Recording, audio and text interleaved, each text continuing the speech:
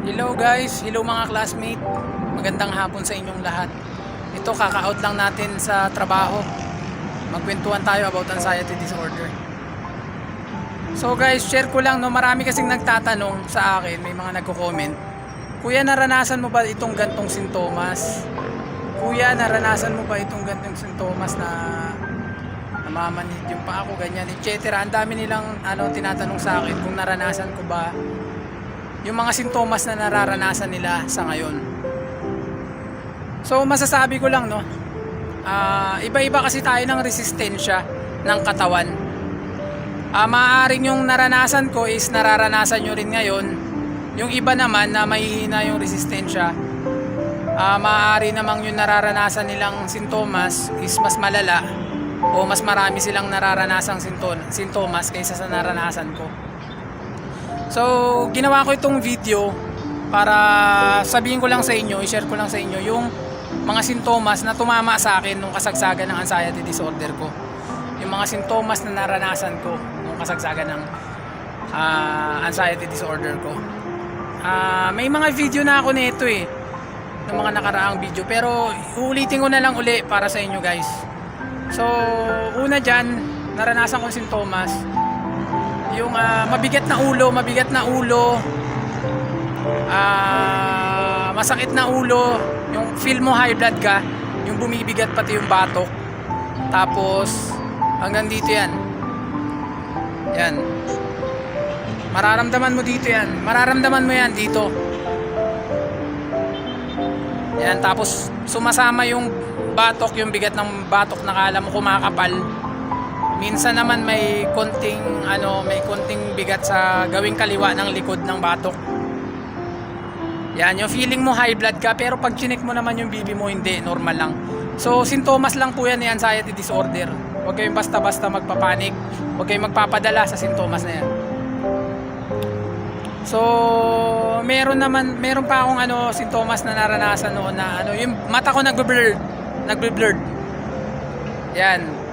Naranasan ko rin yan, yung nagbe-blurred, tapos medyo mabigat pa sa ulo.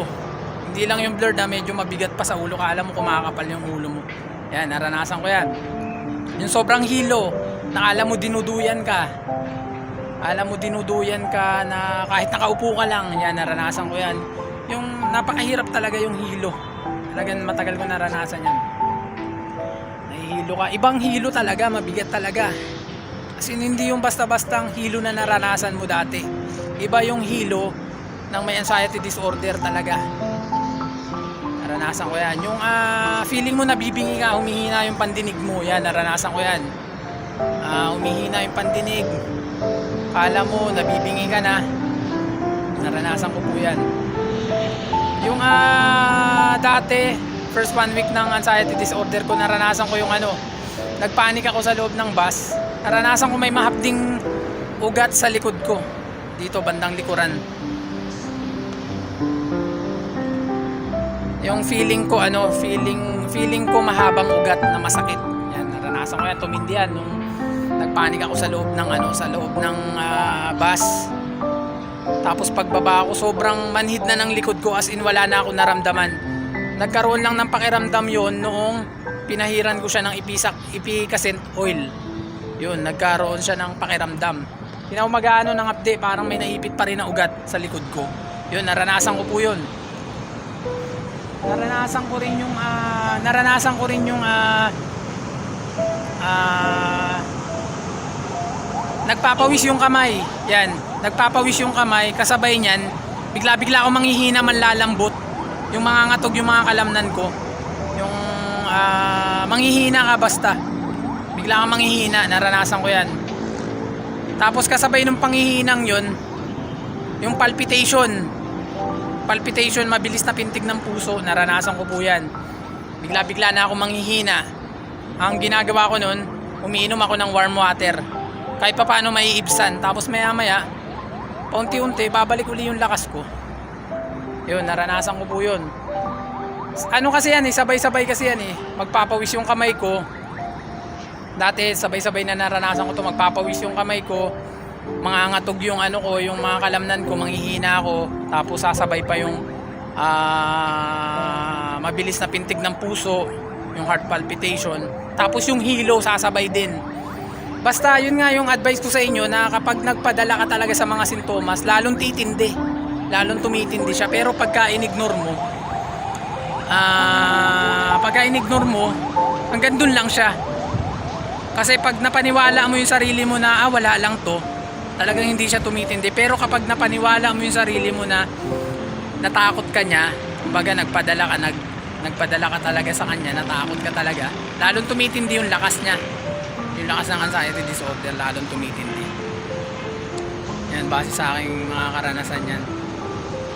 Ano pa ba? Naranasan ko rin yung yung dati, yung first 1 week din, hirap matulog. Ang bigat ng ulo ko. Kasi first time ko naranasan yun. Siguro nandun na siya na dinidibdib ko. Dinidibdib ko siya ng todo. Kaya nandun na rin yung bigat ng ulo talaga.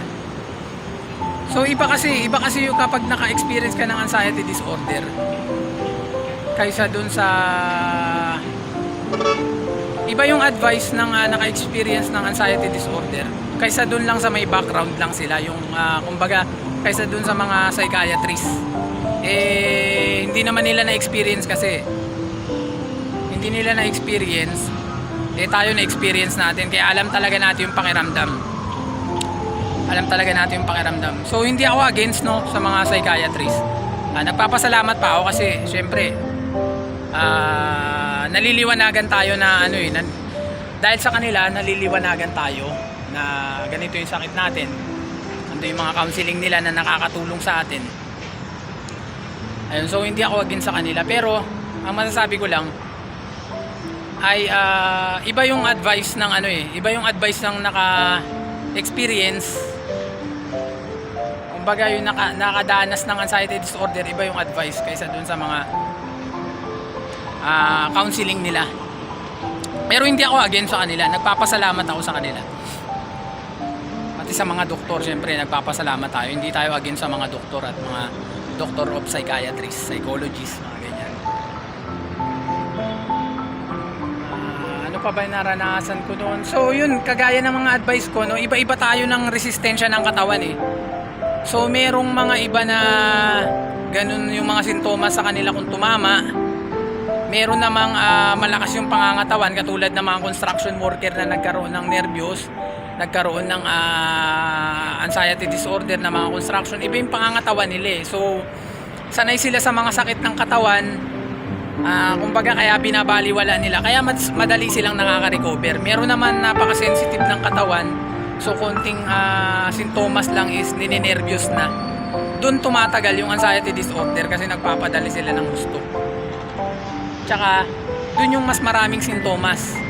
Kaya nga lagi kong sinasabi sa inyo na wag basta-basta magpapadala sa mga nararamdaman natin sa mga sintomas ng anxiety disorder. Dahil gawa lang ito ng ating utak. Gawa ito ng sarili natin na ipinasok natin, itinanim natin sa ating kukote. Na may naramdaman tayong konti, inisip natin na may malala tayong sakit. Kaya ayun yun, na-experience natin tuloy. Instead na wala tayong sakit, nakakaramdam tayo ng mga iba't ibang sintomas. Ano pa ba yung naranasan ko? Yung naranasan ko rin yung parang sinasakal ka, hirap kang huminga. Pero yun naman, hindi ko ginawang big deal yung hirap sa paghinga kasi lagi ako nagbibisikleta, so sabi ko, baliwala sa akin ito. Lagi ako nagja-jogging, so hindi sa akin big deal yung hirap sa paghinga. Yung parang may sumasakal dito. Yan. Kala mo acid na umaakyat. Ini-ignore ko lang yan kasi lagi ako nagja-jogging, lagi ako nagbabike. So baliwala sa akin yung although nandun yung konting hirap sa paghinga, pero baliwala sa akin kasi sanay ako hingalin. Yan, katulad nga na sinabi ko rin, basta mag-ehersisyo lang kayo, tulungan nyo yung sarili nyo, babaliwalain nyo talaga yan yung mga iba't ibang sintomas. Yung feel mo may plema ka lagi, yung ang hirap ilabas, parang ang hirap ilabas, yung may lalabas mo konti lang, ayun. Pero hanggang anxiety disorder lang tayo, Bakura na natin yung mga GERD, acid reflux, yan. Kakambal lang ni anxiety yan. Huwag nating isipin na may iba pa tayong sakit. Basta bakuran natin yung sarili natin. Nandun lang tayo sa anxiety disorder. Yung iba kasi, may GERD ako, may acid reflux ako. Kakambal lang naman din ni anxiety disorder yan eh. So, wag mo nang isipin na may iba ka pang sakit. Basta bakuran mo na yung sarili mo. Dun ka lang kay anxiety disorder. And then, iwasan nyo yung mag-search ng iba't ibang sakit kasi nakakapagpalala ng ng anxiety disorder. Nagsusearch ka ng mga iba't ibang sakit, iisipin mo tuloy, may ganun ka na ring sakit kasi magpaparamdam ng sintomas tapos iisipin mo yung napanood mo ngayong sakit na yun is ganun na rin yung nararamdaman mo sa ngayon. Ayun yung mga sinasabi ko paulit-ulit kong sinasabi sa mga vlog ko rin na iwasan nyo yung panonood ng mga mga iba't ibang sakit na yan o karamdaman. Hindi ko pa